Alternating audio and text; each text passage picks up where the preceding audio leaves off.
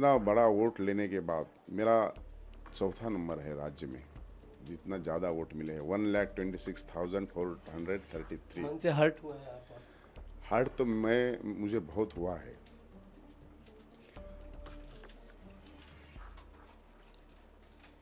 बहुत मेहनत की थी आपने रात में। बहुत ही मेहनत की थी। हमारे साथ बीजेपी के नेता राम शिंदे हैं। करजत जामखेड़ ये जो विधानसभा क्षेत्र है वहां से वो चुनावी मैदान में थे, लेकिन चुनाव नतीजों में रोहित पवार जो शरद पवार गुट से उम्मीदवार थे उन्होंने चुनाव जीत लिया, दूसरी बार चुनाव जीता है।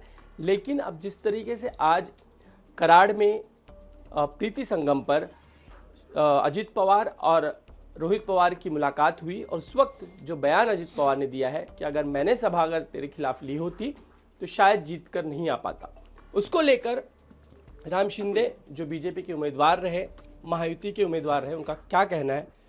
आज आपने कराड़ में देखा होगा प्रीति संगम पे महाराष्ट्र के प्रथम मुख्यमंत्री को अभिवादन करने के लिए, स्मृति को अभिवादन करने के लिए सब पहुंचे। रोहित पवार भी, और जो टकराव हुआ अजित पवार रोहित पवार का, उस वक्त जो उन्होंने कहा है उसको लेकर आपको क्या लग रहा है?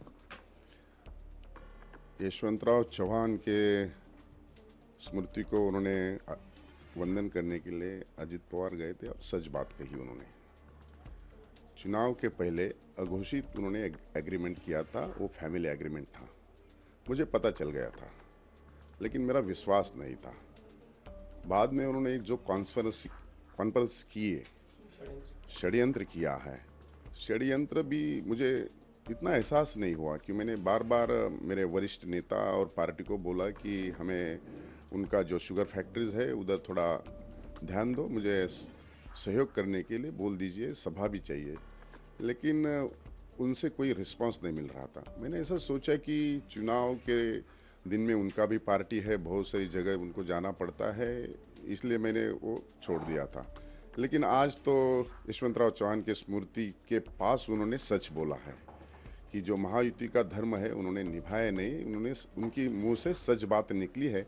उससे भी पहले मुझे एक इन्फॉर्मेशन है, जिस दिन चुनाव रोहित पवार ने जीता उसी रात अजित पवार को आधी रात को मिलने गए और पैर छुए उन्होंने। और दूसरी बात यह है कि जो खुद को रोहित पवार कहता है कि मैं भविष्य का मुख्यमंत्री का दावेदार हूँ, मंत्री का दावेदार हूँ, ऐसा बहुत बार उन्होंने चुनाव के दौरान बोल दिया। उन्होंने खुद का वोट नहीं किया, फैमिली का वोट नहीं किया। इसका मतलब ये होता है कि उन्होंने जो अघोषित चुनाव के पहले जो एग्रीमेंट किया है वो दोनों तरफ से निभाया है। जो कॉन्स्पिरेसी की मेरे खिलाफ, वो मैं आज विक्टिम के सामने आ गया हूँ और मेरा बहुत ही छोटी मार्जिन से हार हुई है।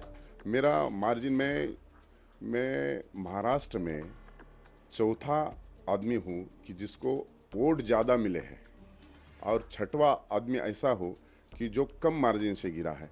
यानी कि दोनों भी लिस्ट में मेरा नाम, एक नाम ऐसा है कि वोट भी ज़्यादा मिले और कम मार्जिन से हारे, तो एक नंबर महाराष्ट्र में 1,26,433 वोट मुझे मिले हैं और केवल 1,243 से मैं चुनाव हारा हूँ।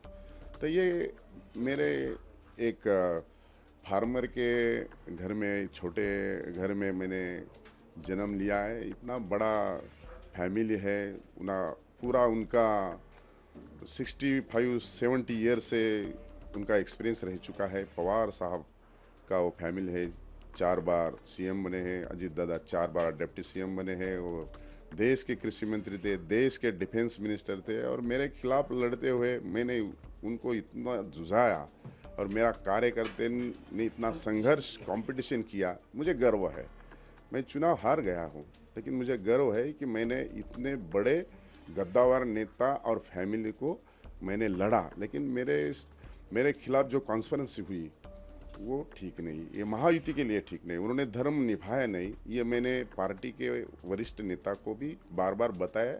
अभी भी ये सब न्यूज़ चल रहा है, वो भी अभी देख लेंगे क्या करना है।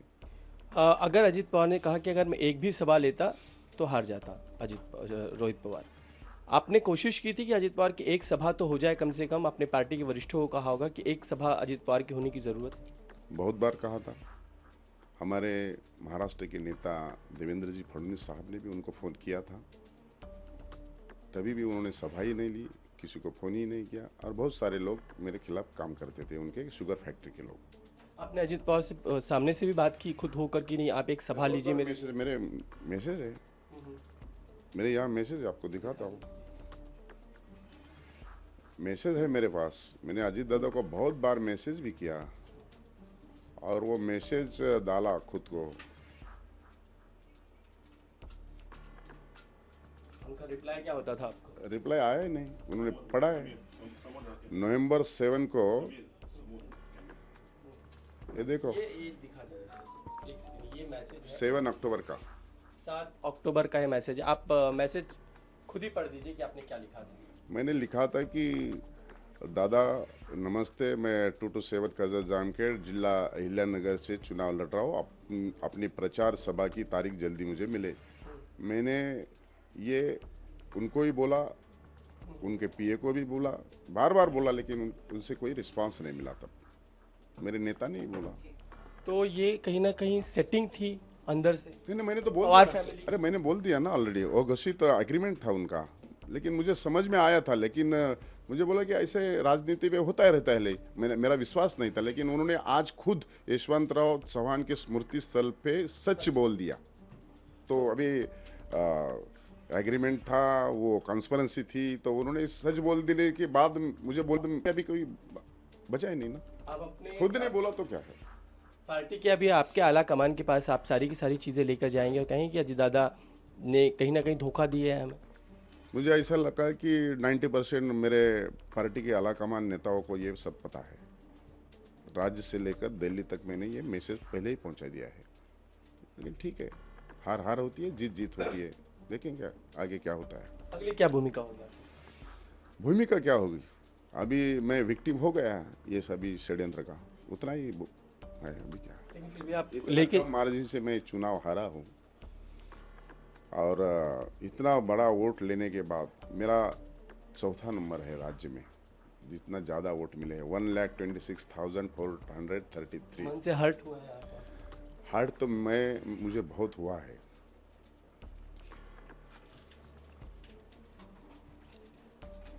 बहुत मेहनत की थी आपने रात दिन। बहुत ही मेहनत की थी। समझ सकते हैं जब जिस तरीके से मेहनत करते रहे हैं शुरू से लेकर, दूसरा टर्म था, पूरी उम्मीद थी आपको। बस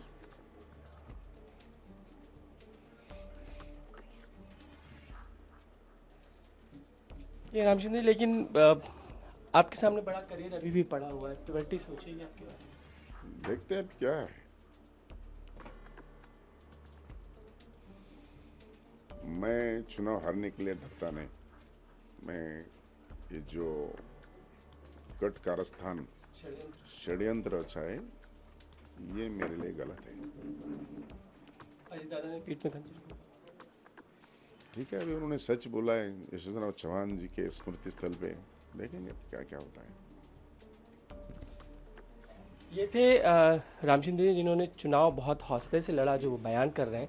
लेकिन अजित पवार से उनको जो उम्मीद थी वो उम्मीदें लेकिन पूरी नहीं हो पाई। महायुति का धर्म जो निभाना था वो अजित पवार नहीं निभा सके, ये आरोप राम शिंदे जी का है। कैमरामैन देवेंद्र के साथ समीर भिसे, इंडिया टीवी, मुंबई।